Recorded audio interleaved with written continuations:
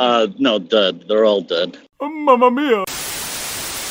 The following views and opinions expressed on this podcast are those of the producers, hosts, and or guests of the Bitter Marks podcast. We assume no responsibility for any errors or omissions in the content provided. Listener discretion is advised.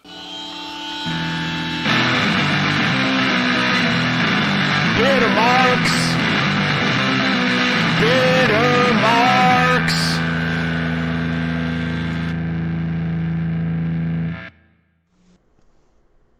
What's up, smooth babies? Welcome to Bitter Marks!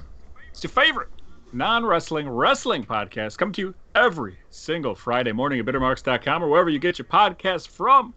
If this is your first time joining us, thanks for checking us out. Feel free to email us. bittermarks@gmail.com is the best way to get a hold of us. Maybe ask us some questions. Figure out who we are. Tell us a little bit about yourself. Give us a wrestling story. Maybe you saw Colt Cabana in a Jewel-Osco in 2004.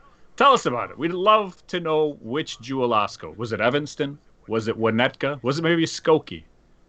Please let us know. bittermarks@gmail.com. We'd love that information.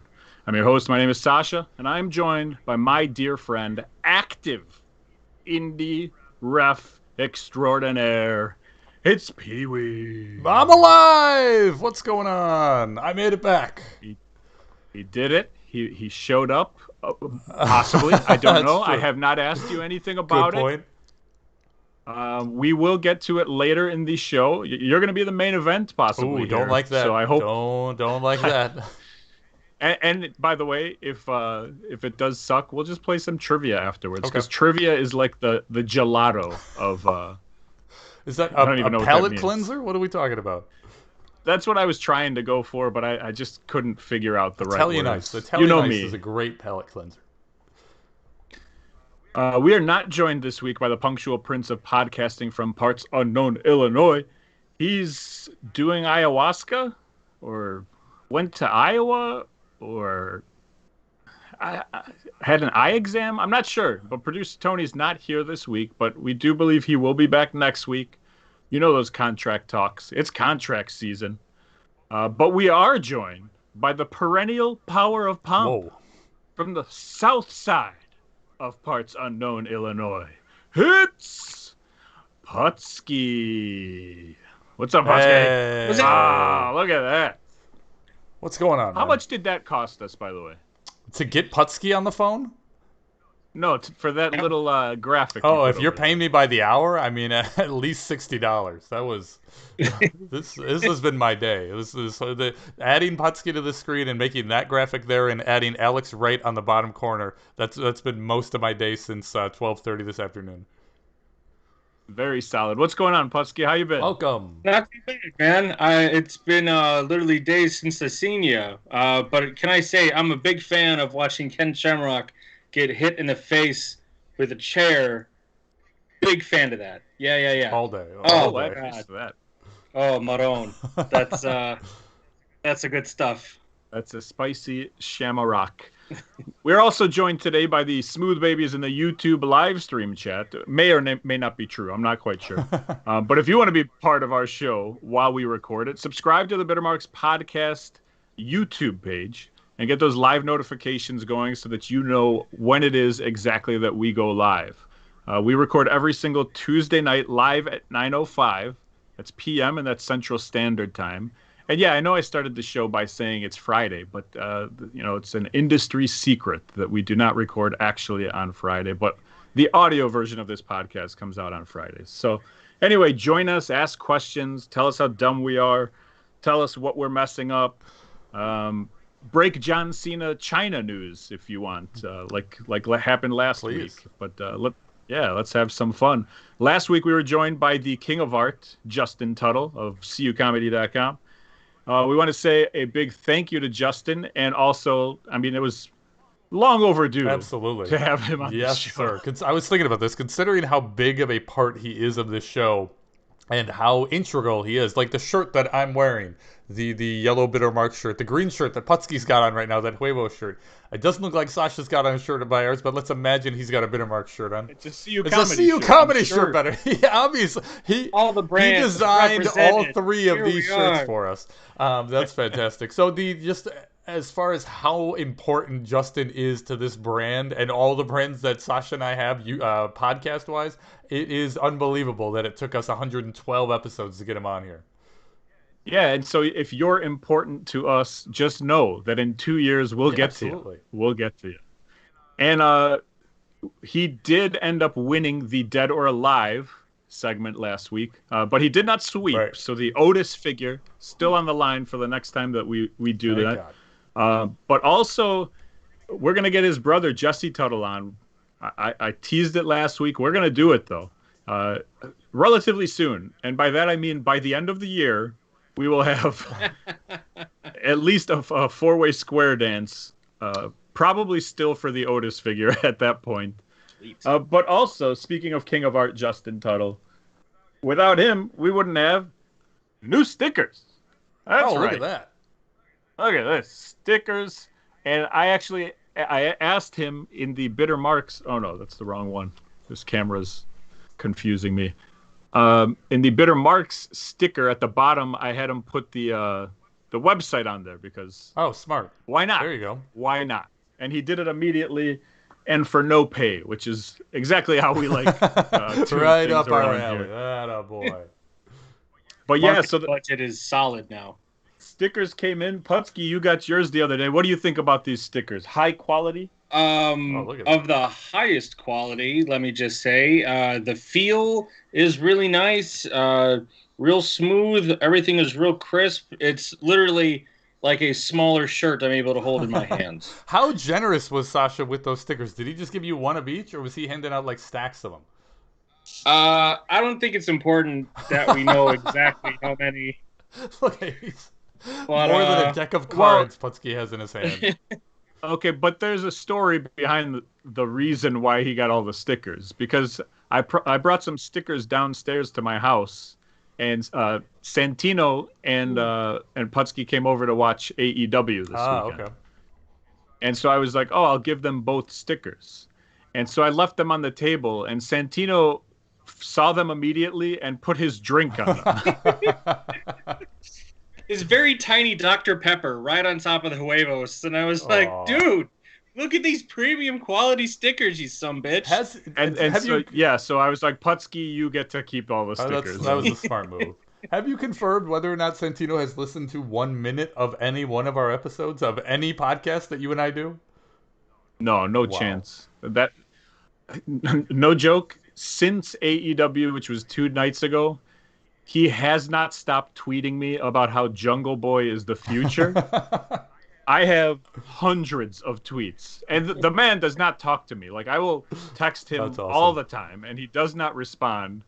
But he has not stopped texting me about Jungle Boy and how great he is, and jungles are the future, and all kinds of things like that. Just jungles in general. Yeah. Just as a stance on jungles, huge. Weird jungle facts. But a shout out to Stupid Rad. I want to say it's at stupid_rad on Instagram. He's the guy. His name is Sam or Simeon. I'm not really sure because he has both in his name. I've never met him in person, but he has done. I mean, he did these stickers for us. He did 1-inch buttons for a band of mine. He has done a ton of stuff for me. He was the guy who made the Bitter Marks coffee mugs, which you're in an elite group if you have the coffee mugs. He runs just an all-out merch store, basically, custom stuff in Lake County, Illinois. So he's somewhat local to us, even though it's a little bit of a hike from here. But it's him. It's like his family business. And he actually just went from like his garage or shed or whatever he was working in to actually renting a little warehouse now. Oh, good for him. And as he did that, I mean, he's been doing stuff for a couple years. He works with a lot of punk bands. He does like exclusive merch for the Bomb Pops and Red City Radio and other punk bands. But so he does just a little bit of everything. And he's always been like fair with prices. He's always, I give him graphics and then I'm like, can you do this, this, and this to like, cut it out better? Or I'm always adding things and he takes care of them. He doesn't charge me for them. He's always just like, that's awesome. or I'll tell him, hey, make it look good, and he makes it look good. He also made a long time ago. I got these STF Underground enamel pins made, and he did those, and he's going to be doing the Billy Joe Travis and USWA enamel pins whenever those drop. Wow. Just Oh, saying. damn. But he's the man, and so Breaking he's news. like moving. He's moving into a warehouse. Good for him. And still managed to get the stickers out to me beforehand. And I feel so stupid because I had emailed him. I found a steel chair that's like Brazilian green with like a padded green pad. Okay. I don't know, to sit on or whatever. Cushion. And I wanted, it's a miniature steel chair. So it's like, I don't know, 2 feet cool. tall Okay. by... And so I wanted to make this same Huevos de Oro sticker, but like a 7-inch sticker to place in the middle of the chair because I thought it would Hell be yeah. a cool Hell looking yeah. thing. That's awesome. And so I emailed him asking that. And then I saw on his Instagram that he had just gotten this warehouse and we hadn't received our stickers yet. So I thought maybe he could like throw in one. I basically just asked him, like, can you make one sticker? Because I don't know if that's even a possibility or whatever. And he hasn't responded, I'm assuming because he left. But I just feel like an ass. Like he's like moving his Hey, I need everything. the sticker for this chair so I can have this miniature Yeah, I'm like, thing. I need one sticker, I'm with you. please. Charge me at least $10. I don't have a Thank you. picture of But it, but yeah. it's on a similar line. I also made a purchase this week, not of a miniature green chair. I purchased a hard hat in the shape of a yellow cowboy hat. And once I get it, I'm going to I'm going to make stickers. That's another one of my side businesses, the sticker making business. I'm going to use that business and put Macho on the front and then WCW on the side. So it's going to look like a miniature version of the Macho Man hat. Nice. And then from there, I don't know what I'm doing with it, but I thought it would be a cool piece to have in my game room once the Macho Man hat is out of my life. I also like that you make stickers as a business, and I had to go elsewhere to get Absolutely. There's no way I stickers. could do that. What he does and what I do is totally different. Another shout out. This one goes out to my boy at Be Kind Rewind 515 because Just for Tracking 4 came out, the newest VHS mixtape. Carson What do you Daly pay on the for side. these? Carson Daly. $15. Okay, that's not too bad. Yeah, it's not horrible, and it's super entertaining. It's good stuff. I've only watched about half of it, but Amazing. it is quality stuff. long is as it? always? 2 hours. Wow. 2-hour Good for mixtape you. of comedy and music and wrestling and all kinds of stuff. What else can I plug here? We're 2 weeks away from the first ever Billy Joe Travis Memorial Crockett Cup Tag Team Golf Championship Invitational presented by Ball Scraped from the glorious Apple Orchard Golf Resort. Puttski, are you in for this? Oh yeah, man. Amazing. Oh, that's great. I have not heard from Puttski until right now. Oh, I thought I was. You guys were hard in the in from same the room get-go. on Sunday.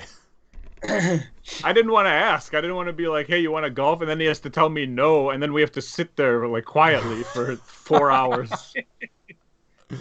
Yeah, that's awesome. Excellent. If you want in, obviously, you being anyone who's listening to this, just feel free to get a hold of us, bittermarks@gmail.com. Text me if you got my number. We're going to have some people there. I do believe our dear friend Ivica at Kim Jong-il-matic dropped out, but he was trying to get somebody as a replacement, but I don't know who that is. And I also read the text like 2 days after he sent it. So maybe we'll be playing with a complete stranger, or maybe it's just Ivica wearing a wig. I don't know. That'd be great. Ivica on someone's shoulders wearing a trench coat and a mustache. I was hoping to get Ivica completely dressed as one-man gang, like as a surprise. Oh, I can't come make on. it, but one man gang will be there. But maybe we could do that next year. So it's probably going to be 11 a.m. Saturday, June 19th. So if you can make it, just let us know. And oddly enough, we did get contacted by yet another sponsorship opportunity this week. Amazing. This is 100% serious. I see a pattern here. We got contacted by Smooth My Balls. It's a company that they have right there, the Pube Muncher. Keep your The Pube pubes out of the Muncher. sink. Puttski, keep your pubes out of the sink. My daddy. they want to send us, I guess, their review kit or whatever it is, similar to Manscaped, I guess. But they didn't. I mean, granted, I didn't contact these people because I guess we're just going to be big in the ball community. I mean, this works, right? Smooth babies. I do love this. Yes, this is perfect. Yeah. Wow. It's even more perfect than the Manscaped thing. They got the turf chopper, never nip your sack again. They have hedge clippers, never feel ungroomed again. I don't know what we'll do. I don't know if I should contact these people. Please do, but they also make it clear that there are 3 of us, and we would prefer not to have to share a pube muncher. But if we will, we'll have to. Oh, sure. We'll sacrifice ourselves. If you guys were real friends, you Absolutely. would. And Ivica chimes in. He says he'll be in Alaska, unfortunately, That's a story, and hopefully hopefully that's just the code word for we'll be dressed as one-man gang and will not answer to Ivica. That's cool, though. What are you doing in Alaska, Ivica? Let us know. If it's another golf tournament, I swear to God. There's a Jeff Jarrett golf tournament going on. You guys hear what happened with New Jack's funeral? No, I didn't hear anything. Someone in his family tweeted out that basically they were having like a closed service for New Jack. Okay. They were going to have like a public ceremony some later time. And I guess a bunch of people found out when and where it was going to be and just showed up to New Jack's funeral. And so they canceled it. They canceled like whatever just they were random doing. fans. Yeah, Oh. completely random people. And so, like, I believe it was someone in his family. I don't know if it was his wife or somebody who just tweeted like, please, like, stop. Right. We will have something like for the fans and whatever, but this was not it. And it's kind of sad. Like, the saddest part to me is, and of course I'm just going on assumption here, I can't imagine this is like 17-year-old kids, right? Like, it has to be people who know New Jack. Yeah. It has to be It's the Baldies. like people our age, probably. Yeah, you know what I mean? I'm with you. Do you think this is something we would have done if we were like 18 years old to like sneak into the funeral of Billy Joe Travis or something? It's, I think, yeah. Not to say that we definitely would, but if we could have figured out a way, like we somehow found out where it was, not saying we would make that decision now in our 30s, but at 18, I do believe that we were dumb enough to do that. Hey guys, I found out where New Jack's funeral is. You guys want to go check it out? And then, a handful of us would say no, a handful would say yes, and then we would go. And how awkward would that be to be those kids who show up randomly, and then because of you, the whole funeral gets canceled? That's terrible. Yeah, it's like not thinking past the part of Right, the joke. showing up to the and funeral. And that sums up an 18-year-old. Yeah. Puttski, how's your wife doing? She's probably the biggest New Jack fan I've ever met. She was surprised it was natural causes. She heart was attack. expecting some type of, you did it yourself, I guess. I don't know. But as she was natural as it surprised was like going to get. Or like a hostage situation where he was taken out by a sniper or something. Colleen, famously in the wrestling world, known for trying to give cupcakes to New Jack, and New Jack not accepting them because we were all white children. And then something where he's like, you have to take a bite first, because I don't know if this shit's poisoned. So then that was there's a picture somewhere where her with New Jack who has cupcake in his mouth, and he's just like having it all in his mouth next to my wife. Do you guys have that picture? I need to find it. You got to find that. We need to post that picture. That's like one of my favorite stories of all time. Colleen is possibly one of my favorite wrestling fans of all time. For like what she's put up with since that's a good point. Yeah, the backyard stuff, ago, the ECW stuff. That's one of her favorite wrestlers is Tajiri. The first one she ever saw was Chili Willy. She's like, I love Chili Willy.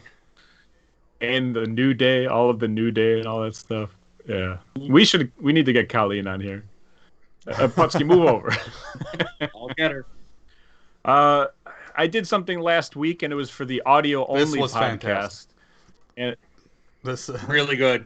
what I wanted to ask you: am I wrong for doing this with a Southern accent? And the reason why I'm asking this is because obviously, I want to know from two other middle-aged white guys that what I'm doing is okay. So, what did you think about this? Smart. We are the minority in things, so yeah. I do understand what you're saying. I feel like the longer that we do this podcast, and I've had thoughts about this as well, with me getting back into wrestling and being directly like interacting with some of these people and trying to somewhat climb a ladder. Is it smart to be on a podcast called Bitter Marks, where I just come on here and bash everybody every week? The answer is no. And as we do this podcast every week and get more and more experience, I think you and I and Tony smarten up more and more every week, and we're slowly realizing that, hey, maybe Southern accents and an ongoing bit isn't the smartest thing to do. That said, I thought it was hilarious. I loved it. Do it again this week. Yeah, Sasha's not working anywhere. He's not in the business. It's true. I'm not working anywhere, and I work for myself mostly. So, I mean, fire me. I'm already fired. Fire me. I'm already fired. Puttski, you thought it was okay? I didn't cross the line? No, I don't think so. I know the people who listen to this are okay with it. Yeah. Producer Tony told me he almost drove his car off of a cliff, which is amazing. I don't know where he's driving. I did get... I think our dear friend 666 Kid also reached out. He was like, wow. Yeah, he was laughing his ass off. A lot of people reached out. They were like, that shit's hilarious. But I don't know if it's like hilarious. And you know what? I think there was only one part where I was kind of like, all right, I shouldn't have said storming government buildings. I don't know. I'm thinking about it too much. I had fun and I enjoyed it.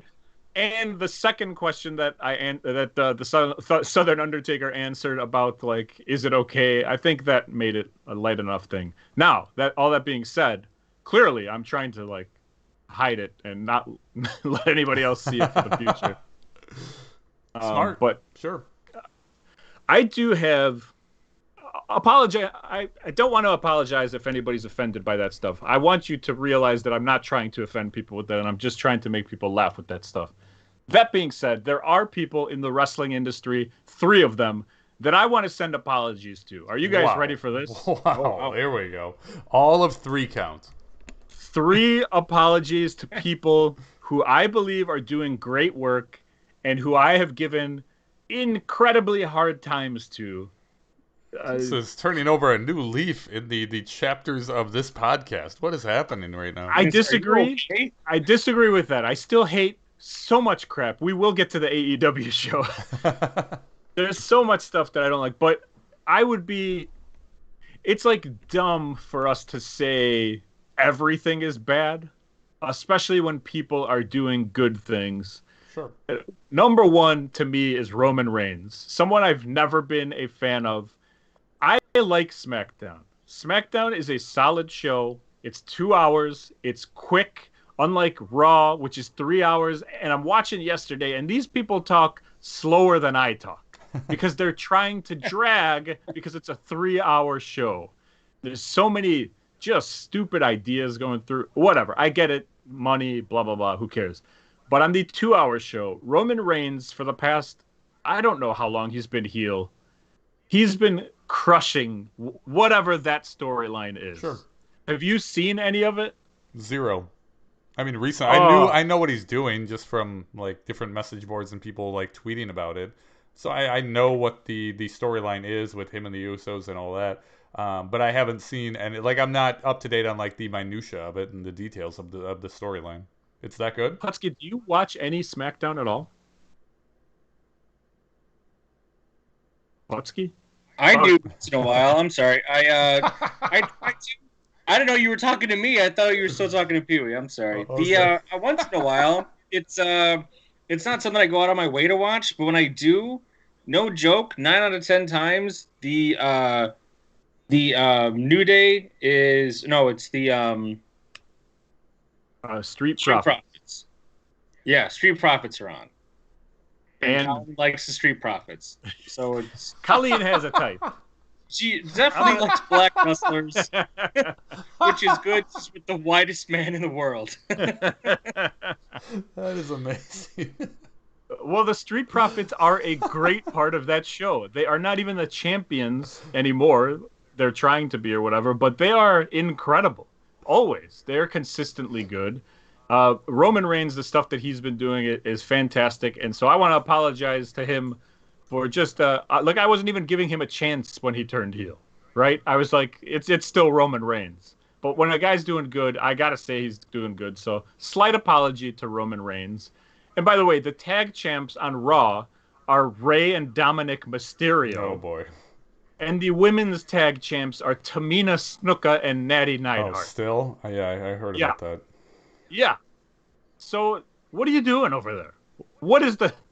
Didn't you say you were going to stop watching Raw? Didn't you say you were done? Aren't you doing this to yourself? I did. I remember that. I did, and I watched it again last night. This is your own fault. You're a glutton for punishment, man. Number 2, I got to apologize to Pat McAfee, who is a fantastic commentator. Him and Michael Cole together do a great job. And, you know, I didn't like when he... Where's McAfee commentating now? SmackDown. Wow. I had no idea that was happening. Okay. And so he's... it was ridiculous because he is... Okay, he's commentating NXT stuff. Then they put him in. Then he's working. And people are like, he's a great worker. He's the best guy on the mic. Then they just take him out with no storyline, no nothing. He disappears for a while. He's wearing a neck brace, faking some sort of injury. And then they just randomly put him on SmackDown. And he's exactly what a commentator should be. Him and Michael Cole together. And I don't really like Michael Cole. But the two of them together have that like right element of kind of bad guy, good guy. Okay. You know what I'm saying? And so you got to give credit where credit's due there. And then this one hurts the most. This one is someone I just haven't liked this person their entire career. Oh boy. And, can we guess? Sure. I was gonna say CM Punk, but that seems so impossible. Yeah, I don't see how he would have gotten. I don't know what CM do I Punk like? His could have tweets done. about hockey? Yeah, that's the point. Yeah, what could Sasha have realized recently as far as getting over it and realizing that he owes him an apology? I don't know who. He's already put down Rey Mysterio. Shane hasn't been on TV. Yeah, you're right. It wasn't Punk. I don't know who's left. Do you want me to narrow it down? Please. It's a woman's wrestler. Wow. Ivory. Sasha Banks? No. Hell no. Hell no. He's made a change. He's not crazy. You know, she had the best match at WrestleMania. I'll give her that. But I'm not apologizing to Sasha Banks. You know how much damage she's done to the business. None. Whatever. She's not my cup of tea. But you were close. Bayley. Oh, okay. Yeah. I didn't know you didn't like Bayley. I love Bayley. I've never liked Bayley. I've never been a big fan. They turned her heel. I started liking her. I was like, please don't turn her face because she's such a good heel. And she has done an absolutely fantastic job week over week over week. Sure. It was a shame that she didn't have a match at WrestleMania, but I thought she did great stuff at WrestleMania with all the backstage promos and everything. And stay tuned for the clip after the audio podcast this week. She made fun of Michael Cole because Michael Cole accidentally called who was it? I don't know. Michael Cole messed up somebody's name, and then she basically called Michael Cole an idiot. So that won me over immediately. Puttski, what do you think about Bayley in general? Are you a fan? I like Bayley. I think Bayley's the heel turn thing I thought was really good. Did you like her when she was a face too? I didn't mind it. It just seemed like it was something to get people into it. But that's when it seemed like there was more women faces than heels, and now it seems like they're switching that. They're making all the NXT come-overs, your Banks, Bayley, Charlotte, they're making them heels, and the new people coming in are faces.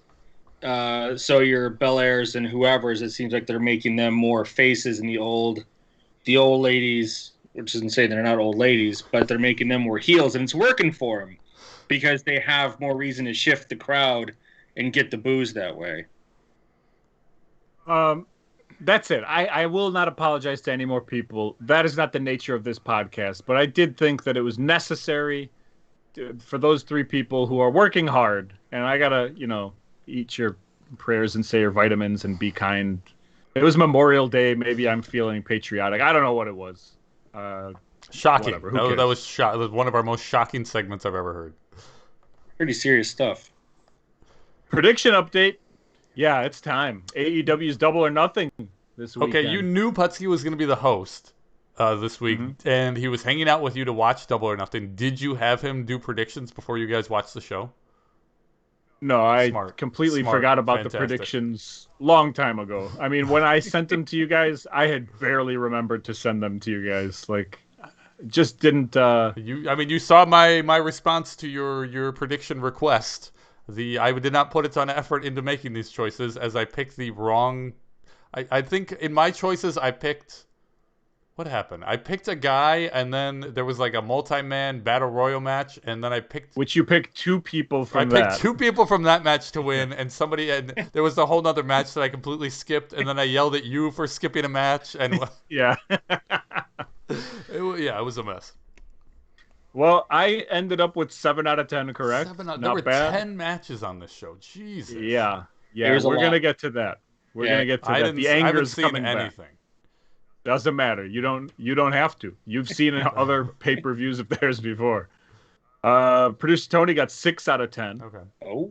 And Peewee, 8 out of 10 takes the win. Holy shit!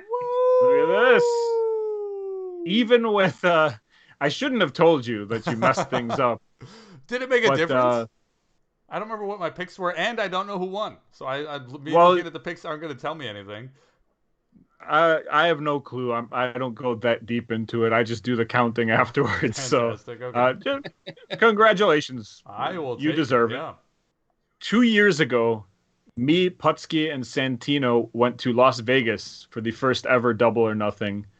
We were reunited this weekend. Me, Puttski, and Santino watched Double or Nothing at my house. It was great. Santino brought his dog. My dog got to meet his dog. My dog almost attacked Puttski and Santino, but mostly Puttski. Fantastic. How do you feel about that, Puttski? How do you like my dog? Kind? Gentle? I want to pet that dog. I want that dog to like me, but I swear to God, it'd find a way to bite me through that fucking muzzle. The little teeth chattering was enough to be like, maybe I don't need to be friends with every dog. Yeah, it sounded like 2 wooden blocks, being bashed together when he went after Puttski. It was awesome. Yeah.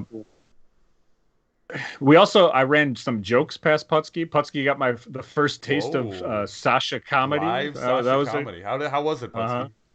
I thought it was really good. We want to do something where we're going to try to bounce jokes off each other, send each other a joke a day. I like that. Sasha and Puttski comedy hour. I love this soon. Idea. This sounds like the twins need to open up a double shot for you and Puttski to drive down there. This is gonna be good. Oh, I didn't tell you. I went to Champaign-Urbana this weekend. What?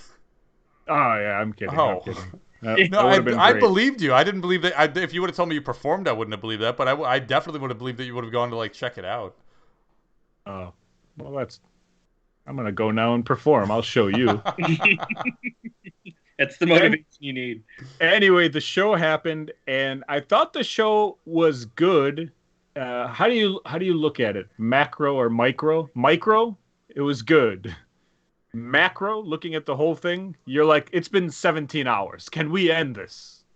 Was it the long? Same bullshit that they always do. A 4-hour show 4 hours. with another half hour for the buy-in show or whatever they call it. So 4.5 hours, and you want to watch that because they put a match on there, but at the same time they put the NWA women's title match on the pre-show. So you're like, why is this happening here?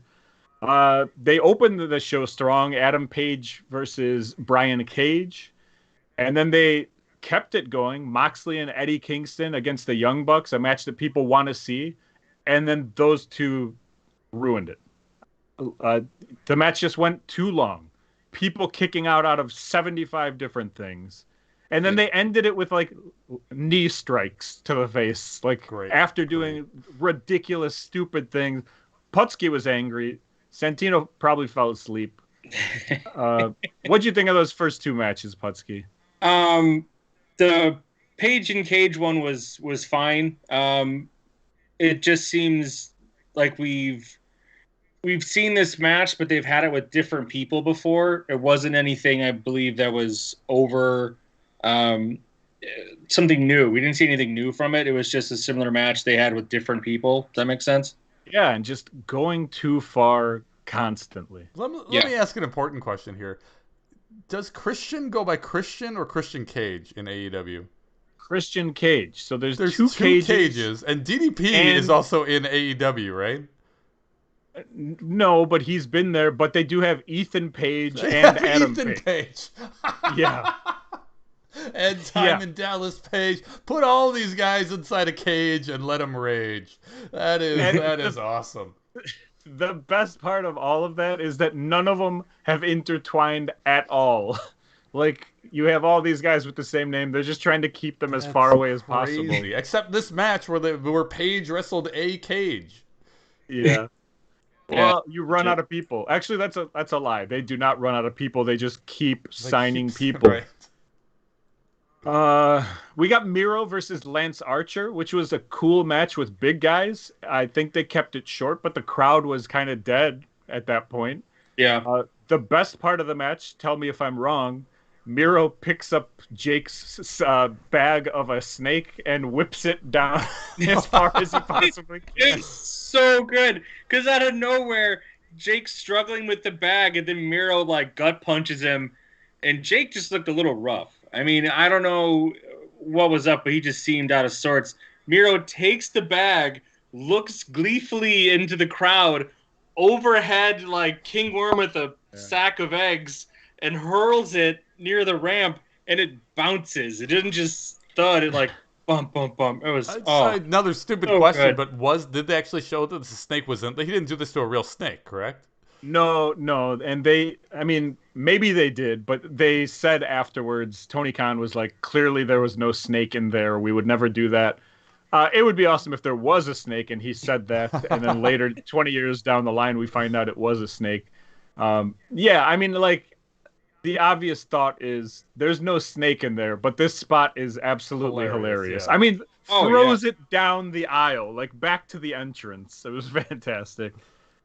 Britt Baker versus Sheeta. Sheeta was the champion for over a year. Everyone knew Britt Baker was going to win. Once again, the crowd was like not into it because there's just so much stuff going on, and they're later in the show. But they won the crowd over, and they didn't go too long, and Britt Baker won. Baker's she's a heel, but I was going to ask, did they pop when she won? Yeah, that's the problem. She's too good of a heel that everybody likes her, and so that sucks. We were actually talking about that with Puttski and Santino. We were like, with MJF, people generally still hate him. You know what I mean? Or at least want to boo him. But with Britt Baker, it's like, yes, finally. And I agree, finally. Sure. I just, she's very good. It's like a Bailey thing. I think people really like Bailey as a heel. Just like what you were saying, why you apologize is because she's so good at the role. Is that what's going to happen is there's no way for her to spin that into a face. Or just like Jericho's a heel, that the whole crowd sings his theme song relentlessly. Yeah. And it kind of really screws the dynamic over. Yeah, and then he turned face for 2 weeks before they threw him off of a cage, and we're supposed to feel sorry for him or something. I don't know, but that was the last event, so who cares? And then we had, we can talk about Pac versus Orange Cassidy versus Kenny Omega. Mm-hmm. What sure. I thought was an excellent match. Real good. I watched it again yesterday. Actually, I found the whole event on YouTube. Wow! And I watched that. I watched that whole match again. I thought it was great. The finish pissed me off. I hated the finish. I really didn't care for it. Finish sucked. Kenny Omega hits Pac with all 4 of his championship belts in a row. I like that. And then gets a sneaky pin on Orange Cassidy. That was the part. That's what I hated. It was like a quick roll up, 1, 2, 3, and I get it. It's the heel win and everything else, and he had to throw everything at him. But it was so much of a greater match than that. I felt like it was. It just took the whole match probably took an hour to plan, and the finish took 15 seconds. And for those guys who are like, I mean, I like Pac. He looks like a wrestler. He's good. I don't consider him to be in the world title picture. Orange Cassidy, I don't think should ever be in the world title picture. Yeah. But they had a hell of a match for the world title. I don't think any of us thought that Kenny Omega would ever lose. But right, that's the problem. That's the problem with all this stuff with Kenny jumping from promotion to promotion to promotion and winning all these belts. It's awesome that we're seeing the journey uphill, and we're watching him make all this progress and go through this journey. But at the same time, we know nothing is at stake. Nobody's going to derail him at this point. So yeah, it's the middle of the story right now. It's not. Right. Ending. And you can't have that be a bump in the road. He can't randomly lose a match in the middle of it because that kills the whole story. And then Sting wrestled in a live match, not a video. I heard offering this was or good whatever. Though. Was this as good as people were making it out to be? Yeah, it was fine. It was perfectly fine. Didn't need it on the pay-per-view. Yeah, it was on Dynamite. Like, who cares? It could have been on Wednesday. What they're doing with Sting, I don't understand, but Darby Allin is an absolute crazy person. The fact that he is not injured to some dramatic sense is beyond me. Just the way he throws himself into things, literally into things with zero regard for his well-being is pretty amazing. Ethan Page did the Bam Bam Bigelow spot where he takes Darby Allin and chucks him into the crowd. There you go. And one man died. I don't think that guy expected it. He was like, this is where my ticket is. Cool, front row. Yeah. I got hit with Darby Allin. Good match. I don't think it needed to be on the pay-per-view. Just like the NWA women's title match, it didn't need to be, even on the pre-show. I heard that was a very good match as well. Sure. Didn't need to be there. There's no reason for 10 matches and 4.5 hours of wrestling. And Cody versus Anthony Ogogo or somebody, I don't know, doesn't need to be on the show. I'm sorry.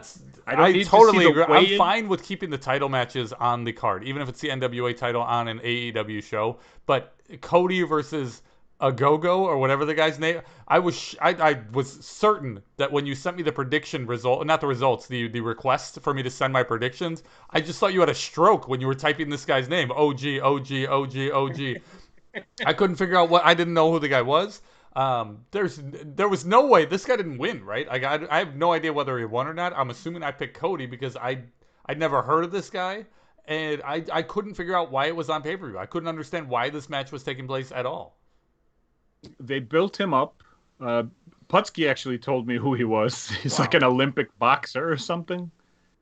Yeah, he took a bronze medal in boxing. Okay. But and that was the thing, is that he's from England, so Cody came out like, and looking like George Washington's pimp. It was like this ridiculous star-spangled long coat, and he went by the American Dream, not the American Nightmare. It was the only show. That's interesting. And you tank it on something as meaningless as this match? I don't know. Yeah, and then he cleanly defeated someone that no one cares about. So thank you for that. Give me some of my $50 back, please. Matt Jackson, anybody who's listening to this. And then the Casino Battle Royal, which was just another Casino Battle Royal. It's fine. It's like it's a battle royal. The mystery was Lio Rush. Yeah, I heard that. Which was kind of interesting because then something else happened. They go, hey, we signed someone else. And everybody's like, which former WWE guy did you guys sign? Mark Henry is who they signed. Oh, that's right. I did hear that as well. And so Mark Henry and Lio Rush in the same locker room. Those two are the guys who went at it at WWE because Mark Henry said that Lio Rush was disrespectful and Lio Rush told him to shut up or whatever. Yeah. So that happened and Lio Rush came in and lost. And I guess he's working on a handshake deal. And then the last thing that happened, Inner Circle defeats the Pinnacle in the thing that is the stupidest thing I've seen since the last one, the Stadium Stampede match. No clue what this is. The Inner Circle were the babies here, right? The entire team is now babies. If they would have lost, they would have had to break up. Okay. And I think a lot of people thought they were breaking up. A lot of people were also saying the same thing as last time Jericho had tour dates. Like, oh, he's got a tour. They're going to break up now. But they ended up winning. Sammy Guevara got the pin, which was a little shocking. I think everybody thought MJF was going to pin Jericho to end the Inner Circle. That's right. And so it was cool that they didn't do that. Sure. It's cool that they didn't give us what we were expecting, and I thought they did it in an okay way. The match, I could care less about the match. Puttski, did you enjoy that match? I enjoyed it for the pure silliness that it was. We were all wondering whether or not it was taped or live. I think we finished on the idea of it being semi-live, like the Jericho MJF stuff and Guevara stuff was live. Yeah, so they clearly filmed a bunch of it, but then at the end they like stormed into the stadium because this was the main event. It was not the world. You're saying the recorded stuff, was that taking place in the back? Yeah, Okay. It was in the Jaguars football stadium. Oh, I see so what like you're they saying. did. Okay. Yeah, so then they just like walked over to the theater and then just part. finished the match live. That's fine. I think that's a smart way to do it. Yeah, they had the Jacksonville coach that was like involved in giving some footballs to Jericho to throw at MJF, and they had a cardboard cutout of Mr. Khan. I don't know what his name is, but like MJF hit the cardboard cutout and like sold his hand hurting because he hit the face of Don't love that. Tony Khan's dad, the actual billionaire who owns the Jags. you know, yeah. Mhm. But he sold a punch to a piece of cardboard. something like that, and then because like Jericho ducked, and so he hit it, and it might have been up against a door or something. And then Jericho like had his head. Sasha, were you at the show? It was an Illinois show, so I wasn't reffing. I think I was doing music for Randy, and I think it was it had to be long time against like Brandon or something. And Greg, I know the one they sold the. Was it against Greg? Yeah. Yeah. So the gym that we were in was divided with one of those like, what would you call it, Puttski? Like a tarp almost that you could pull. Yeah, like a curtain. Yeah. Were you at the show? Do you know where I'm going with this? The Greg goes to pull a long time on the other, brawling on the outside, and he slams his head into like a wall, and then he slams his head into the curtain, and long time sells the curtain slam just as hard as he sold as much as he sold the getting his head slammed into the wall. And Randy was throwing a fit about it. And that's what I was going to say. Right? Was Randy pissed? Yeah, rightfully so. He absolutely should have been. You don't want to give anybody a reason to say, hey, this is fake. And I think getting your head slammed into a curtain is the same thing as punching a cardboard cutout of Mr. Khan. Well, that was a part where I think also then after that, not too long after that, Randy yelled, "Take it home." Like you could hear it from the back. As he walked off, he was so pissed. I remember that very, very well. Awesome. I wish Randy was at this AEW show, like just producing every yelling, match. Take it home, everything. Take it home, yeah. Take it home, Hyde. And they did announce during the show that All Out is coming back to Chicago, to the Chicago suburbs. Peewee, I don't believe you're going to be in town for this thing. So you are happy about that. However, if you weren't going to be wherever you're going to be, would you be interested in going to this? I wanted to ask this question last week before this event, just to not be swayed. No, I don't think so. I'm spending a lot of money on random stuff as it is, and I'm trying not to do that as much right now. And going to a random show that I don't really care about isn't on the top of my list. I probably would have done what Santino did, where he meets us for food before or after, and just be content had with that. A ticket to the show, man. Yeah, I was gonna say, except he had the ticket to actually sit somewhere. But Puttski, you would go, right? Yeah, we're in. We're gonna sit front row, me, you, and Ivica. If he's not charter fishing in Alaska, I want to go to StarCast. I know Puttski was supposed to go to StarCast last year, and then like we left, and I forgot to tell him. Yeah, I wanted to vend at StarCast. Oh, to vend? Yeah. Do it. I can't. I'm Yeah, out of that's town not a that good weekend. idea. I'm Oh. vending in St. Louis. I want to take a picture with Jimmy Hart. That's unique. Why is that a goal? That's it, guys. My bidder this week. End the podcast. I was watching the Jake the Snake trying to collect merch for the WWE show, whatever it's called. Okay. World's Greatest whatever. And they had Jimmy Hart on there, and I was like, man, Jimmy Hart is like the nicest man in the world. He seems so kind, and every time you see him, he's like in character, and he's always like, I've never heard a bad story about Jimmy Hart. I agree. For as long as Jimmy Hart's been around, I do agree that I've never heard a bad story about him. That's and meanwhile, you walk past Greg the Hammer Valentine, and he just kind of like stares at you. Like, I mean, I'd take a picture with... No, I wouldn't do that. But I do want to take a picture with Jimmy Hart before it's too late. Jimmy Hart and Terry Funk, and then we're out of there. We're going to go to Bahama Breeze and eat some fish tacos. Now we're talking.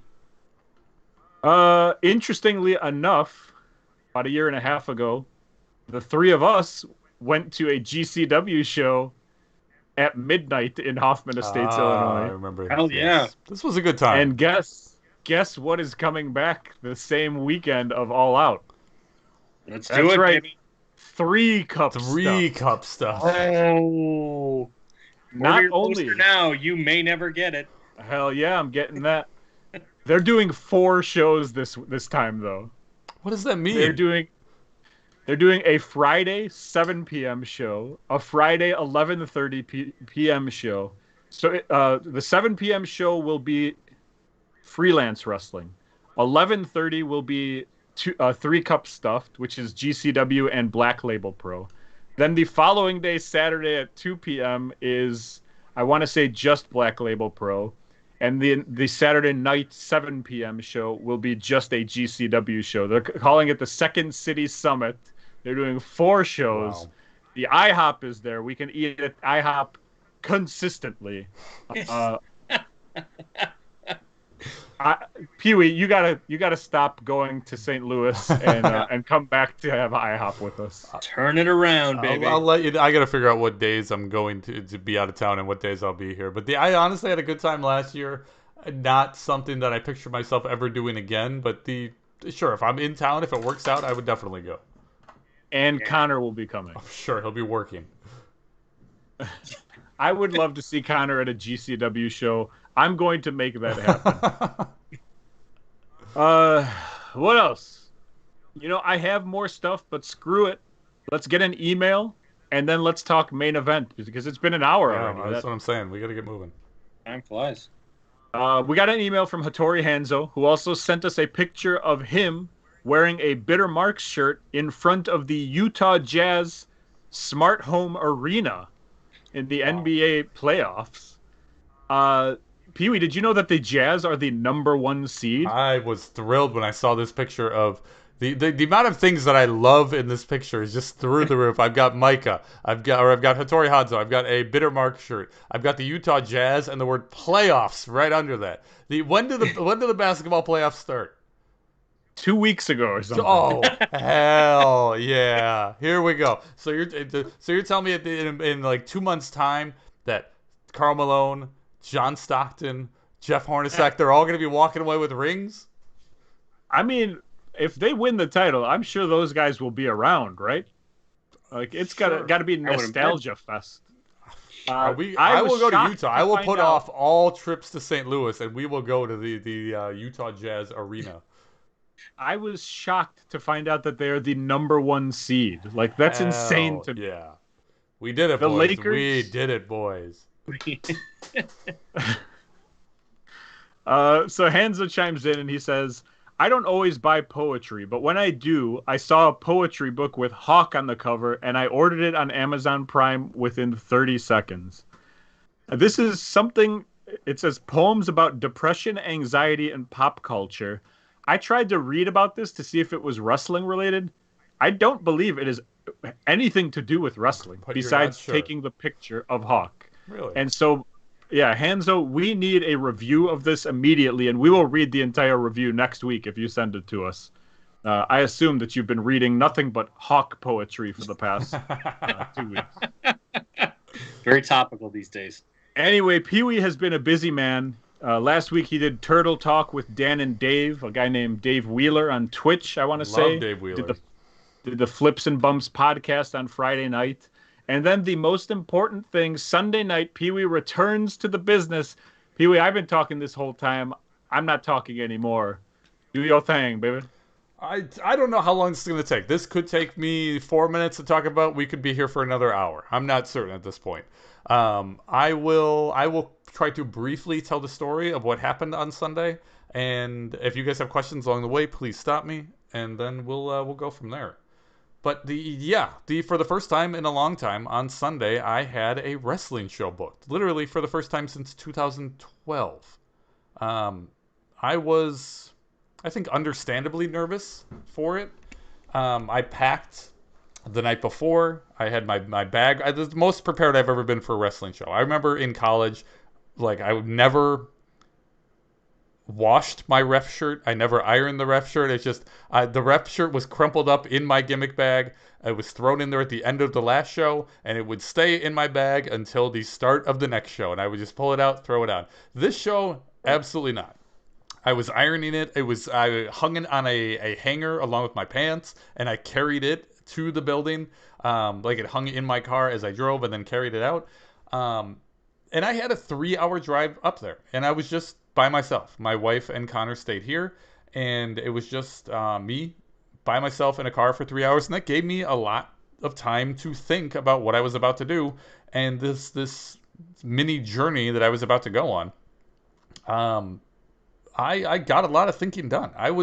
The more I thought about it, the more kind of nervous that I was, because I talked to a few guys going into this, and the guys like Jeff Luxon, who were very excited that I was going to be back in the business and reffing, also gave me a heads up, like, hey, it's not how it used to be. Kids are taking pictures in the locker room. Kayfabe is dead. I don't want to say there's no respect for veterans, but the respect for veterans has definitely gone down a lot. Schools basically don't exist for this reason. It's basically not the business that you left 9 years ago. It's a totally different business. So I was thinking about all that on my way up there. And I'm getting closer, and eventually the show started at 3 o'clock, and we were told to be there by 1:30, and I wanted to get there early, so I left at, I think, around 9:45 or 10 o'clock, so expecting to get there by somewhere between 12:30 and 1, and I think I made good time. Got there at like 12:30, and got out of my car, figured out where to park, and like I said last week, it was an outdoor show. This was not a typical show. Like, this was not a Randy show. This was not a typical, like, VFW wrestling show, which I quickly learned. I parked my car, and I saw the ring. I saw guys working on the ring, putting up the ropes, blah, blah, blah. And then I saw on the outside of the ring, like 50 feet away, there were like merch tables. And I saw some guys selling toys, selling t-shirts. There were like food stands set up. And at one of the toy tables, I saw the silhouette of Jeff Luxon and Ryan Cross. Ryan Cross, Puttski, is slamming Joey B, the Mountie, okay. The Mountie. So this is a guy that we went to camp together. Me and Puttski were at Randy's camp well before Joe started, and then, I mean, a couple months after that, if not maybe closer to a year, Joe started, and we've known this guy ever since. Ryan Cross was the star of, or at least one of the stars of, that Pingree Grove wrestling story that I told with the school show. I haven't seen him, I think, since that school show. I haven't seen him since 2012. I guess Luxon, who I had talked to and told him I was going to be on the show, he told Joe that I was going to be there. And so as soon as I come up, I walk up to the table, I give Luxon, a handshake that leads into a hug. And then I feel a giant hand on my shoulder, pull me away from Luxon and pull me into a big bear hug behind him. And it was Big Joe. Ryan Cross was like giving me the biggest, like, it was the most like affectionate, biggest, warmest hug I've ever got. Like, his face was touching my face. It was great. He was whispering in your ear. So we said hi. I spent a lot of time just talking to him in the beginning, because I was there early, they got there even earlier than I did. We weren't expected to be there till 1:30, and it was only like 12:30, 12:45 at this point. We had time to kill, so I'm just standing there catching up with mainly Joe, because Luxon was in the ring working out. But Joe, I learned, is he's a police officer in Kenosha, and just doing very, very well for himself. He was doing motivational speaking. He still wrestles all over the place. If you don't remember Joe, here, I've got a picture of him. This is Joe in a locker room back in the day. Just a massive, massive guy. And he looks like a wrestler, right? Sash, did you ever meet Joe? Yeah. No. Okay. The guy's also hilarious, and he has a memory like a steel trap, and he does impressions, which is what led to him doing the Mountie. But when we met him, he didn't look like this. When we met him, he looked like this.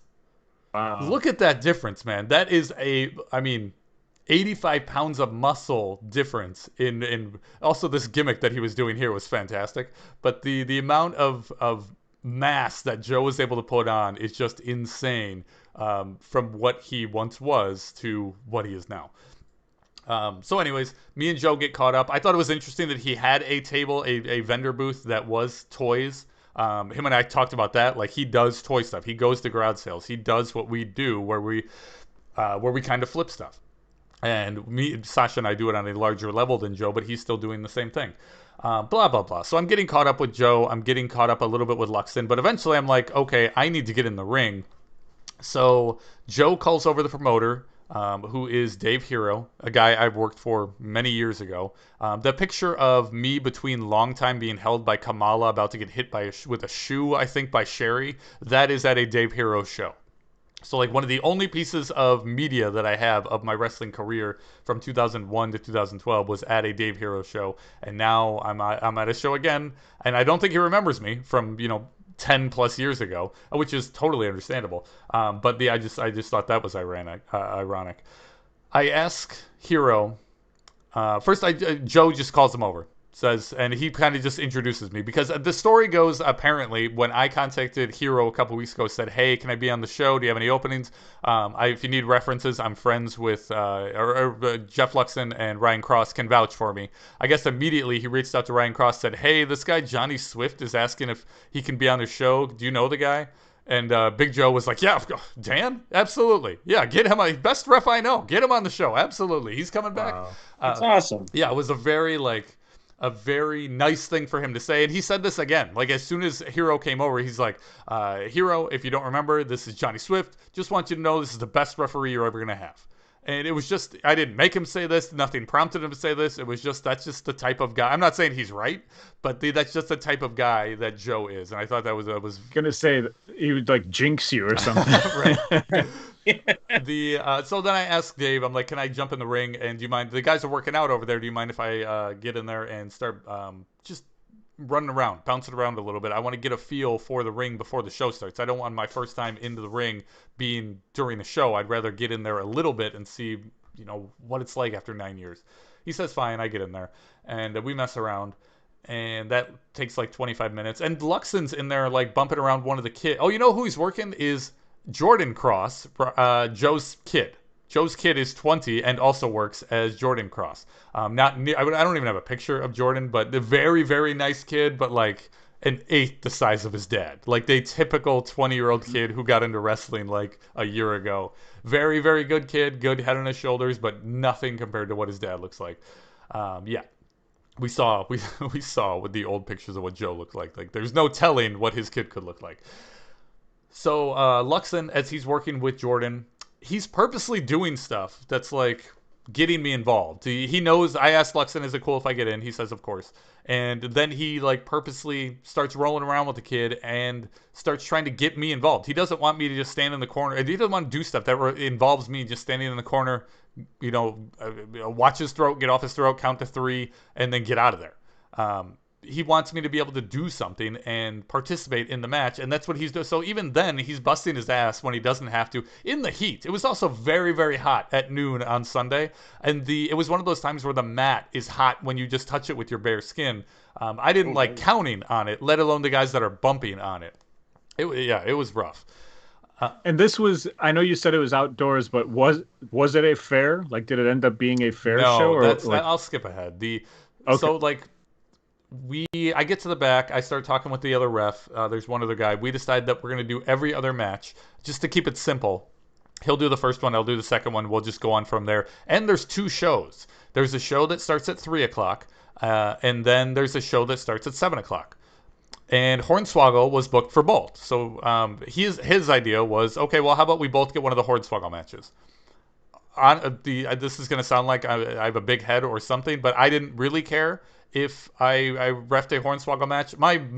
Not my main goal for the show, but my main Hornswoggle goal for the day was to make sure that I got Connor's trading card signed by Swoggle, and that I said hi to him, and that he knew who I was, because him and I had interacted in Oshkosh, but he wasn't in a completely sober state of mind any time I've met him prior to this. So I didn't know if he was going to remember who Peewee or Johnny Swift or Dan or Mark Bitters was by face. So I wanted to verbally just say, hi, hey, I'm all these people, just to put a face with me. Or alter You're like egos, the Mick please. Foley of refs. Right? So we agree that I'm going to take the Swoggle match in the first show, and then the other ref will take it in the second show. Show starts at 3. Like 2:55 comes around. Dave Hero comes around to the back and says, okay, guys, I want you to know this isn't your typical show. This was not a fair show. The only things that were set up were a wrestling ring, vendor tents, and then there was like a big, probably like 20-foot by 50-foot pavilion that had a band, like a country band, playing in it that also served. There was like a bar or something. But other than that, that's it. So the people were there to see the music. They were there to drink. And according to Dave Hero, none of them were wrestling fans. And that's what we learned at 2:55 when we're about to go through the curtain. Perfect. So then it's like, okay, well, you need some sort of theory going into this. Do you like play up the pro wrestling thing and the characters and the yay and boo spots to like show them what pro wrestling is? Or do you lay it in? Do you make it look snug? Do you get rid of the characters? Do you get rid of the yay and boo stuff and just punch each other in the mouth for 15 minutes and then just go home? What side of the coin do you land on? Obviously, we all chose the safer side of the coin of just show them what pro wrestling is. But then also, they were also encouraged when they were on the outside to make sure that they laid it in to make sure that the fans couldn't say, "Oh, I knew this was fake." And okay, so then right off the bat, I'm nervous because not only is it not wrestling fans, there's also not a ton of people there. There's probably at like 2:55, it seemed like there was, maybe 50 people there. Not a ton. By the time the show started, literally 5, we probably started. Oh, we did start late because at 2:55, right after Hero told us there's probably not wrestling fans out there. I then walked up to him like, hey, do we have a bell? Because I was looking around for one, and I'm like, I'm trying to think. It's not something I would ever ask 10 years ago, but now my head is like trying to think of all the different things I'm going to have to do. At the beginning of the match, I'm going to have to signal to ring a bell. Who am I signaling to? Let me see if I can spot somebody with the bell. I don't see a bell. Okay, Dave, do we have a bell? He just gives me like a deer in the headlights look. Let me go look. I heard him ask like 3 people, do we have a bell? And every person said no. But then by the time I got in the ring, there was a bell present there. Wow. So we were running around trying to figure that out. I literally said, hey, I know what works. If you can find me a wrench and a bowl, we'll be fine. Yeah, baby. But no, eventually they found a bell and we were good. So Dave makes the announcement that it's not wrestling fans. We still try to make the best of it. The first match goes out there, and it's just fine. The second match, which I was very happy to get, this first show was very easy for me. It was the first of 3 matches was Jordan Cross, so Joe's kid, against this guy named Perfection. Just had this gimmick where he just brings a mirror to the ring and thinks that he's perfection. 2 kids that were in the business they probably been training for a year, maybe a little bit more, so very, very green. And they were more than willing to listen. Joe called the entire show, the entire match from bell to bell. I guess having your dad in the back, and Joe's been in the business nonstop without a break for 20 years. So Joe can call a match for himself or anybody else. It's just a matter of, can the kids listen to Joe and remember exactly what he's telling them to do, and then perform it out there in the ring in front of everybody. And they actually did a decent job. They didn't do anything that stuck out to me as bad. It was a bell to bell. It seemed fine. There was a little stalling. Like the big thing that you tell somebody new in a wrestling match is go slow, go slow. Slow down. Right. You always hear that. Slow down. What you don't hear, and what should have been specified at least, is when you slow down, make sure you're doing something.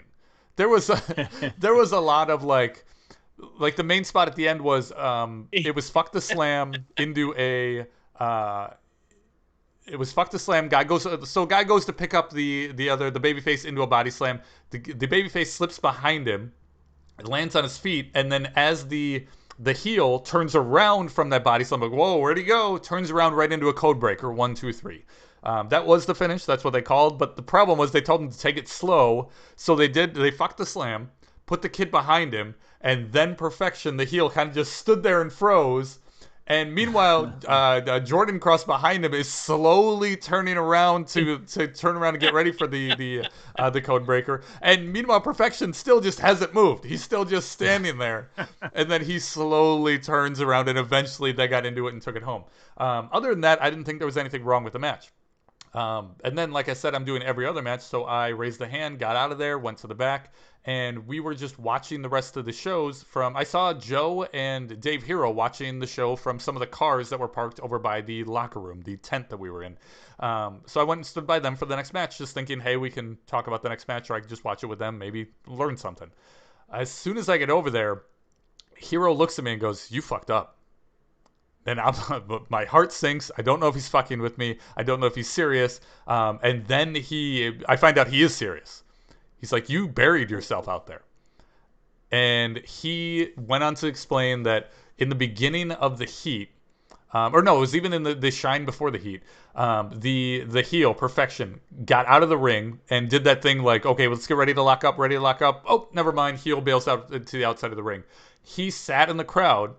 And as the ref, this is literally the first thing I've done in 9 years. This is the beginning shine spots.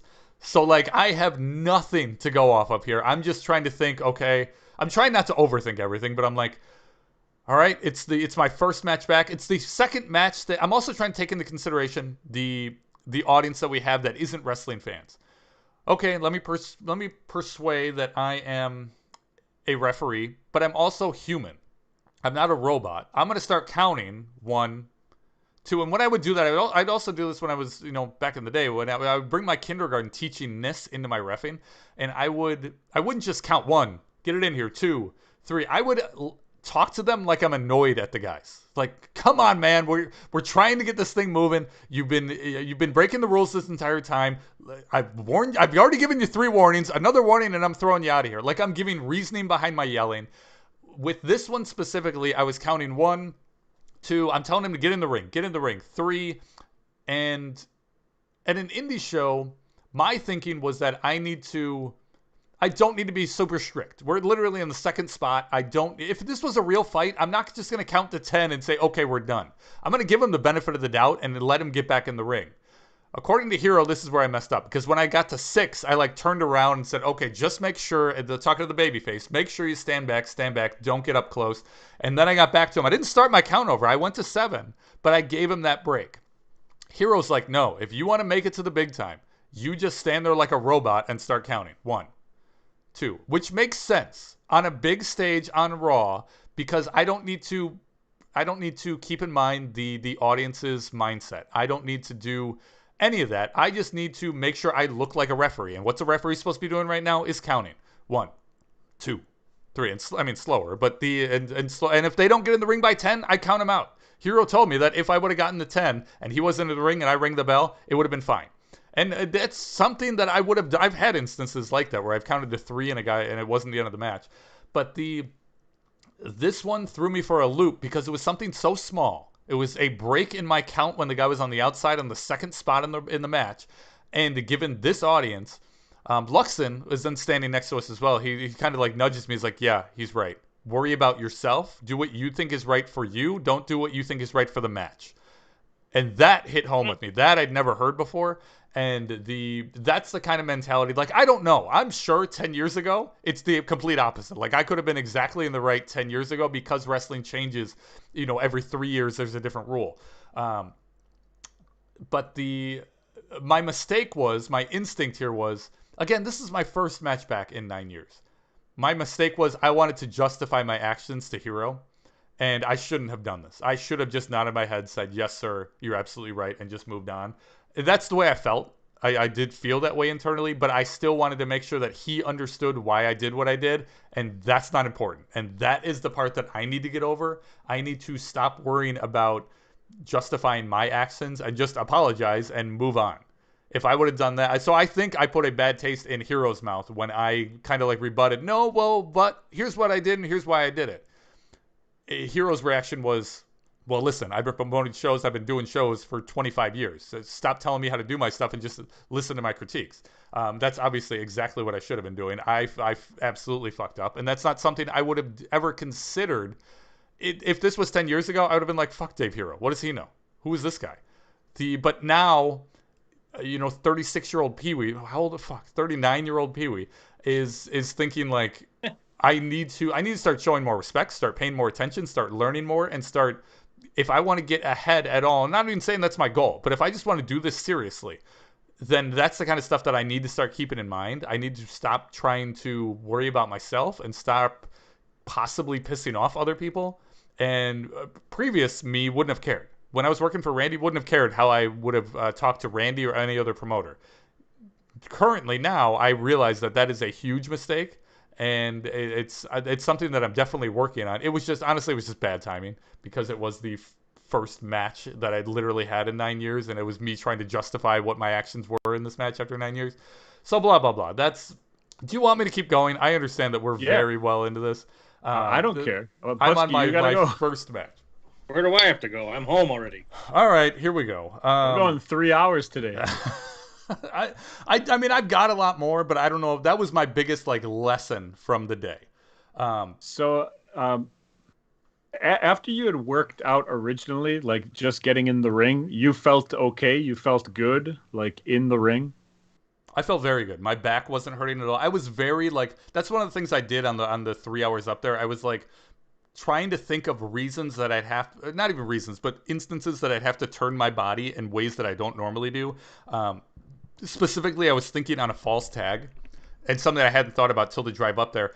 I'm definitely cognizant about taking care of my back when I'm bending over and going to my knees first and putting my hand down and protecting and not bending at the waist. What I'm not really accustomed to, because I don't do it often, is pivoting my neck back and forth like this. And on a false tag, that's exactly what you do. Both teams are trying to tag. Both teams are trying to tag. In comes the heel who hasn't tagged. I go to him. Whoa, whoa, whoa, whoa, whoa. Meanwhile, behind me, the baby faces do tag for real, but I don't see the tag. I'm supposed to look behind me with just my head, and then it's a quick double take. Whoa, he's coming in, and he didn't tag. I need to get over there. It's that double take that I need to keep in mind, because that if I do a quick motion with my neck, that could fuck up my back. So I was just on that 3 hours, I'm just trying to think of different instances and different ways to protect myself and make sure that I'm not putting my back at risk. We'll just get you some painkillers, and I'll be good to go, right? Yeah, let's get you addicted to something. Sounds okay, good. so that was the first show. So that was the first match. There were 6 matches. Yeah, there's 6 matches on the first show. It started at 3:00. First match was done, and I got yelled at. Now, the second match, like I said, the first show was pretty easy. My second match was Hornswoggle versus a guy named Drew Hernandez from OVW. Half the guys there were from OVW for some reason. I know Cal Hero, who is Dave Hero's son. He's from OVW, so I'm guessing everybody just came with Cal. Which is owned by Al Snow. Correct, right? Yeah. Not the OVW of old, but Al Snow is definitely the guy in charge of it. It's just not as connected to WWE as it used to be, as far as I know. So this match was done. Swoggle versus Drew Hernandez was just done to turn into the main event of the first show. So they did this by Hernandez comes to the ring as the heel. Swoggle then comes out as the big babyface celebrity of the show. And they go to circle up. And as they're circling, Swoggle also, cut this out. So, oh fuck, we're live. Move on. Yeah. So they're circling up, and the plan was to, and this is what happened.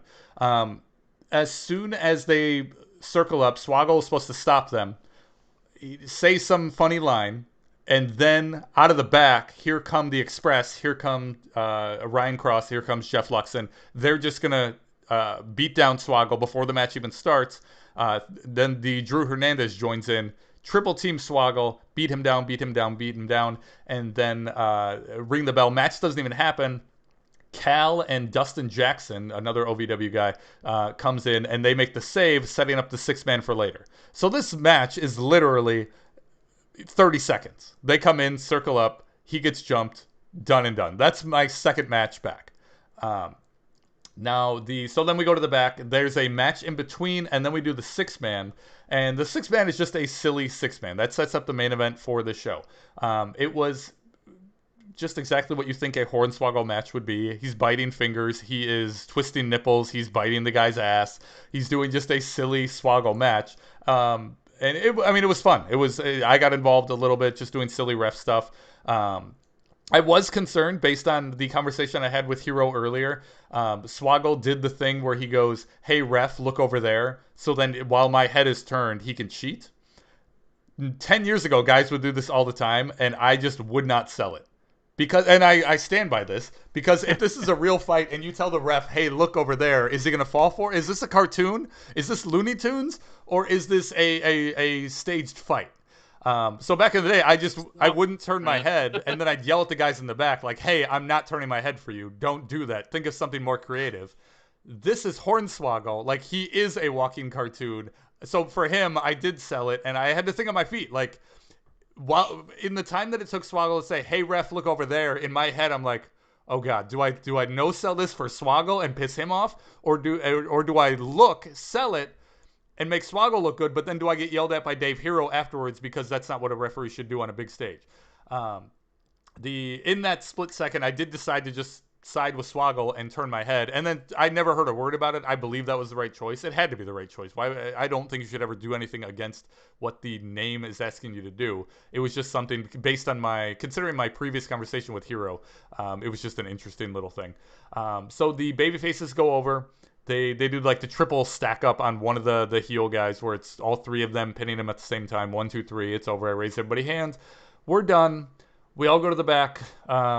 We celebrate. I hand out the Rice Krispie treats that Steph made. That I hand all those out to the boys, and then I look at my watch and it's 4:15.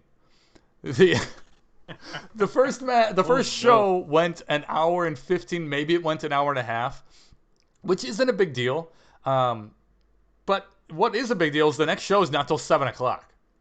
So now we've got to kill time from 4:30 until 7, and in that time, I don't know if Swoggle's nerves were hurting him. He had some issue with his body, or with something, and he had to just call it quits, and he had to take off. He's locally from there, so going home wasn't a big deal.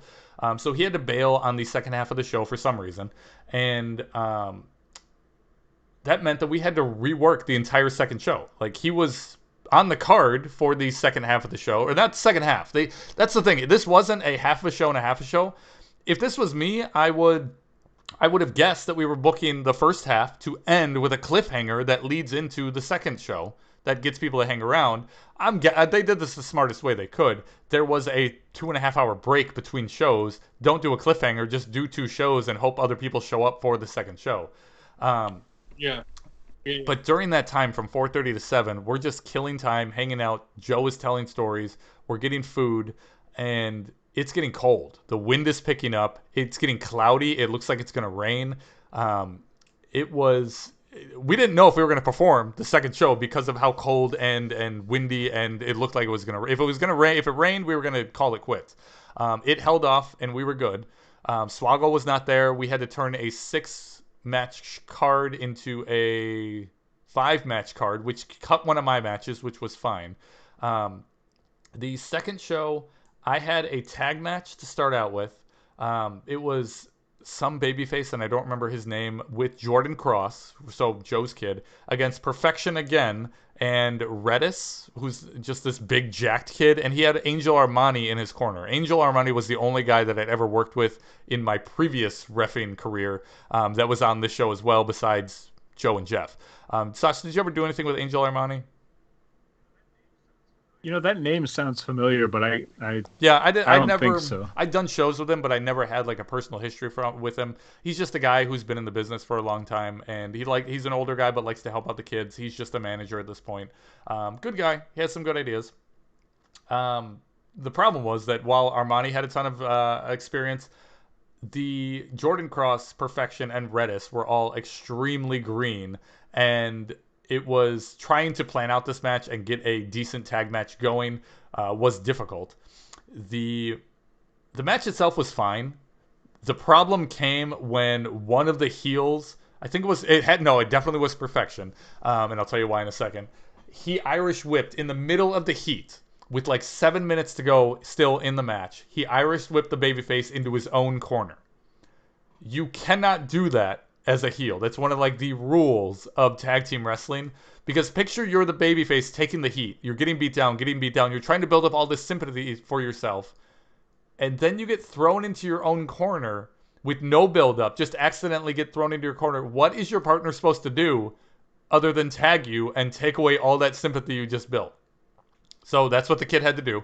The guy in the corner was smart enough to tag Jordan Cross, and the rest of the match was just a clusterfuck because they had nothing planned at that point. The whole thing just went off the rails, and they ended up just turning like a body. One of the big jack guy picked up the other babyface for a body slam, and that kid just held on, rolled it up into a small package, and 1, 2, 3, and we got out of there. There was no cutoff. There was no double down. There was no comeback. There was no nothing. It was just out of nowhere pin.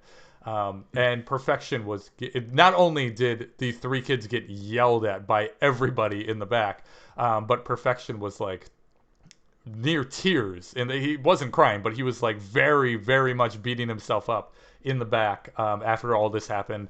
And I just felt bad for him. Like the old me would have been there yelling at everybody just like everybody else was. Current me with the more seasoned, empathetic Peewee was like, dude, if that's gonna happen on a show, you better pray it's on a show where you're at where it's filled with 50 people who don't even know what pro wrestling is. Like, these shows are for learning experiences. I guarantee you're never gonna throw a babyface into his own corner during the heat again. So you learned something. And the kid, there was just no getting the kid to not feel bad about himself. It was just a mistake, and the kid really, really, really beat himself up about it. The other singles match I had was a kid named Coda Jacobs, who had a political gimmick. Real, like, I don't want to say babyface looking kid, but like sharp looking kid, jacked to the heavens, against I didn't get this kid's name, but this tiny flippy kid, and the whole match wasn't my cup of tea, and whatever. It was just a match. The end of the match was funny. The flippy kid, they called the end of the match the final spot. It looked like they messed up, but this is exactly what they planned. The flippy kid body slams the political kid.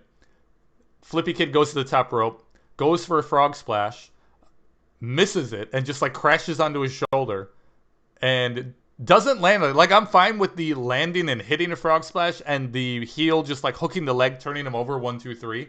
This was crash and burn, sell it for a second. The other guy got up, walked over to him, and just pinned him. 1, 2, 3. Like, it was a very awkward finish there. And then the last thing that I did was the main. It was a tag match.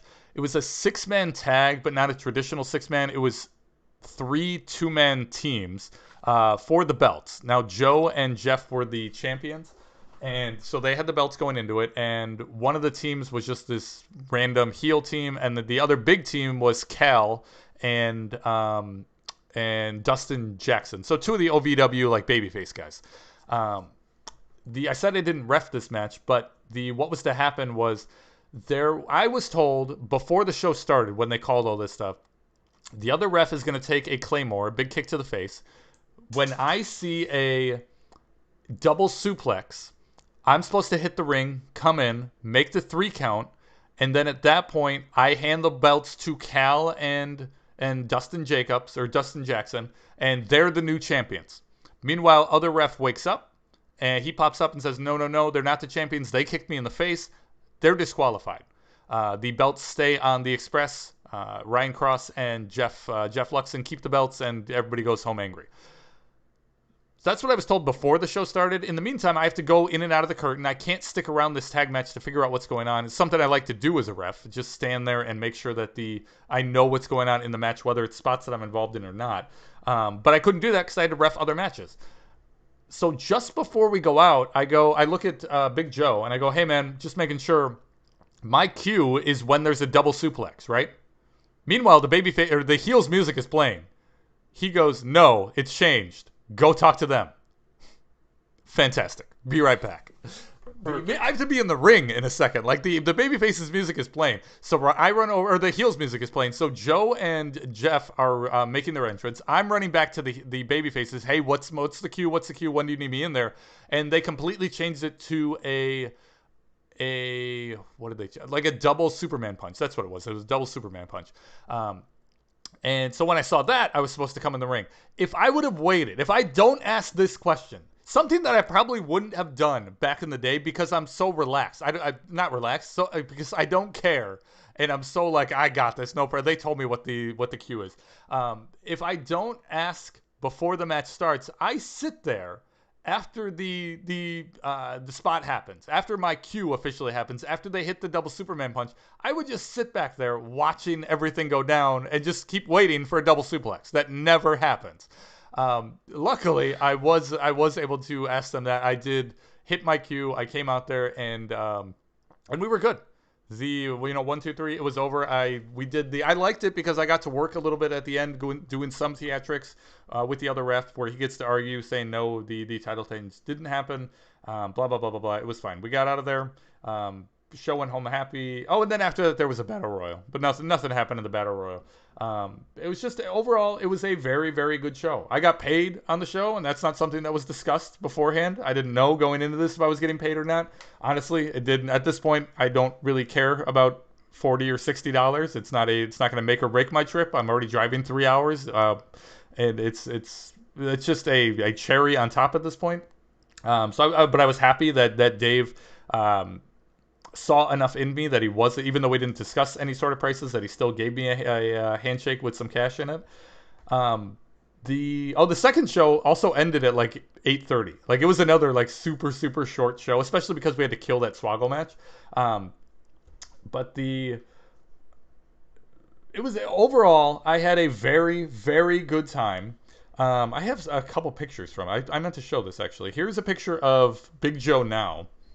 No, that's not me. You. That's Ryan Cross. So Ryan Cross's current gimmick is an over-the-top gimmick, and I don't mean to say over-the-top like larger than life. He's literally the bad guy from Over the Top with the handlebar mustache. Turn the head around, man. I think the guy's name in the movie was like Master Blaster, and on the back of Joe's trunks, he has Blaster written in Japanese. Here's more of, look at how big this guy is. Here's a picture of me reffing. There you go. So that's me with Big Joe, and that's Cal Hero, and then I think this is just another one, and this was Swaggle dancing for that 6-man. Just random stuff.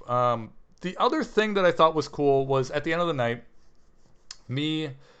I parked next to Joe and Jeff. They told me where they parked, and I moved my car there earlier. So at the end of the night, we're all walking together. Me, Big Joe, Jeff, and Joe's kid are all walking to the car. And by this time, I had obviously bonded with Joe and Jeff, but I also bonded with Jordan, the kid. Just going through the entire night, letting him know, like, hey, I got your back. I'll be in the ring in both your matches. If you need anything, just ask questions. I'll be there to help you. So we're all just shooting the shit on the way back to the cars. And we get to talking about how different this show was. Like, guys are taking pictures with Hornswoggle in the back. They're asking for autographs in the back. They're doing anything that they want to. There's no one's afraid of coming off like a mark in the back, which is something that I think Sasha, at least you and I, Puttski, you probably saw this too. Just, you didn't ask the names for anything. You just let them do their job, and you wanted to be seen on the same level as them. You didn't want to be seen as a fan at all, and it's totally different now. And to me, it's very uncomfortable. Like I'm still not to the point where I'm 100% comfortable with doing that. But then as we're talking about that as we're walking back to our cars, and then Luxon was telling a story. He said that he worked with Glacier down in FCW, and Glacier said one of his biggest regrets while working in WCW was that he never got pictures with any of his friends while backstage because he didn't want to come off as a mark. And then since then, one of his best friends, who was backstage at WCW that he saw every day that he was at work, for years, he could have taken a picture with this guy, never did. And after all this time, the guy passed away, and he never got a picture. And it was heartbreaking. Like, after all that time, just because you don't want to come off like a mark, you don't offer to take a picture. So at the end of the night, after he told me this, I said, Jordan, hold my camera. We took, all three of us, me, Jeff, and Big Joe, all took a picture together and said, we don't know what's happening tomorrow. Let's make sure that we get this moment captured in time. So we all posed for a picture. And you can see how dark it is. Like, this is how late it was. This is the middle of the show. Location-wise. And we took this picture, and then we got in our cars, and I drove 3 hours home, and got home because the show ended early. I got home at like midnight. It was very, timing-wise, it was very good. Nice. So that was my trip. The stuff to come out of this is I'm still working on Dave Hero. He has a show in a couple weeks that I might be a part of. I'm not sure yet. Still working on that. More importantly, Joe is definitely booking me for his October show. Joe runs his own federation in Kenosha, Wisconsin, twice a year. Like, he's a very, I was going to say sporadic. It's not sporadic. It's very planned out, but he likes to do super shows. He likes to do spectacles. I think the main event is The Express, Ryan Cross and Jeff Luxon against the Barbarian and Ming. And he's like, yeah, you're on that show and you're reffing the main. Like, definitely make sure that your schedule is clear. So yeah, we'll definitely have more reffing stories to come. Sadly, that show's not till October, so we've got some time until that one happens. But the Johnny Swift is off the ground and running at this point. We have started something I don't know if we meant to start. It's scary, but it's something. We're going to have to change the name of this from Bitter Marks to the Johnny Swift Podcast. Or I'm going to have to just stop doing this altogether. That's definitely on the table as well. Tomato, potato. That was the AEW pay-per-view version of what happened this weekend. We probably explained two things at length on the show that nobody wanted to hear about. So you took a picture with people because you all might die tomorrow. I apologize to people who I've been making fun of for a long time. And it's a heartwarming story. We're proud of you, Peewee. There's way too much positivity going on over here. That's it for this show. We can't have this anymore. We can't do this anymore. Next week, musical guest Billy Ocean for the entire 1 hour of the podcast. We have to push him. I'm sorry, Billy. I'm sorry, bud. I know it. You have a nice suit on. It's a fantastic suit. He's going to sleep here until next week. Thanks. Anyway, what's making me bitter this week? Foreigners. That's right. Sasha does not like foreigners in wrestling. Oh, boy. Sheamus, Drew McIntyre, Nikki Cross, Reginald, Matt Riddle. All these people have ridiculous accents. If you have an accent, you should be a heel, no matter what. Half these people are faces. I shouldn't be cheering for any of them. Half of them sound like groundskeeper Willie. Get the foreigners out of wrestling, or at least have only one guy with an accent. I can't handle this anymore, unless it's a southern twang. You know what I mean? Anyway, Puttski, where can people find you? Do you want them to find you, etc.? Anything to plug? And also, what's making you bitter this week? Nothing to plug, I'm afraid. But what's making me bitter is the and Shamrock. That's making me look at that. Just look at that. The symmetry on his face is totally off. It's just makes me so mad. But thank you for sharing that. What's making me bitter is the way AEW was ending a lot of its matches for their pay-per-view. I really thought there was a lot of build-up. There was some great matches. It took time to build, and when it came down to the last percentage point, they just kind of threw it in.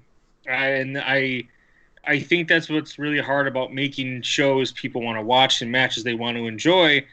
But I guess it's like with most things, you don't really remember the total ending. You look at it as a whole experience of the match.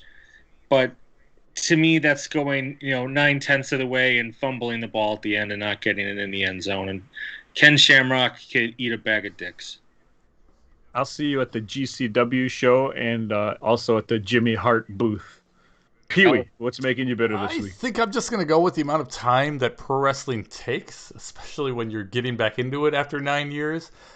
I'm still pretty sure this is a good idea on my part, but I was not considering the amount of work and effort that I'd have to go through as far as going to the gym, reaching people, contacting guys, staying in contact with guys, finding shows, finding places to go, making sure I can get a hold of people who are running these shows, and then the actual time it takes to prep for these shows. I had to buy a ref shirt this week. I had to buy pants for this week.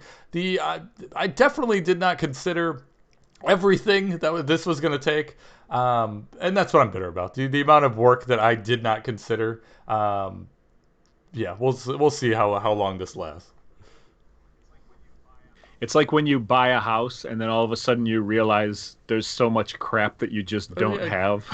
You're like, oh crap, I need a lawnmower. Like us on Facebook, facebook.com/bittermarks. New episodes drop every Friday morning, bittermarks.com. Follow us on Twitter and Instagram @bittermarks. Email us, bittermarks@gmail.com. In fact, if you want free stickers, that's right, free stickers, email us, bittermarks@gmail.com. Send us your address. Peewee, I'm talking to you too because I don't know your address, and I'm certainly not going to just guess. Last but not least, buy our shirts, prowrestlingtees.com/bittermarkscom. That's COM, as in maybe check out the STF Underground podcast this Friday after you listen to us, because I will be on there for about a half an hour or so. I'm not sure why. I think we're playing a game that Suave invented called Living or Deceased. So check that out. Peewee, Puttski, all the smooth babies.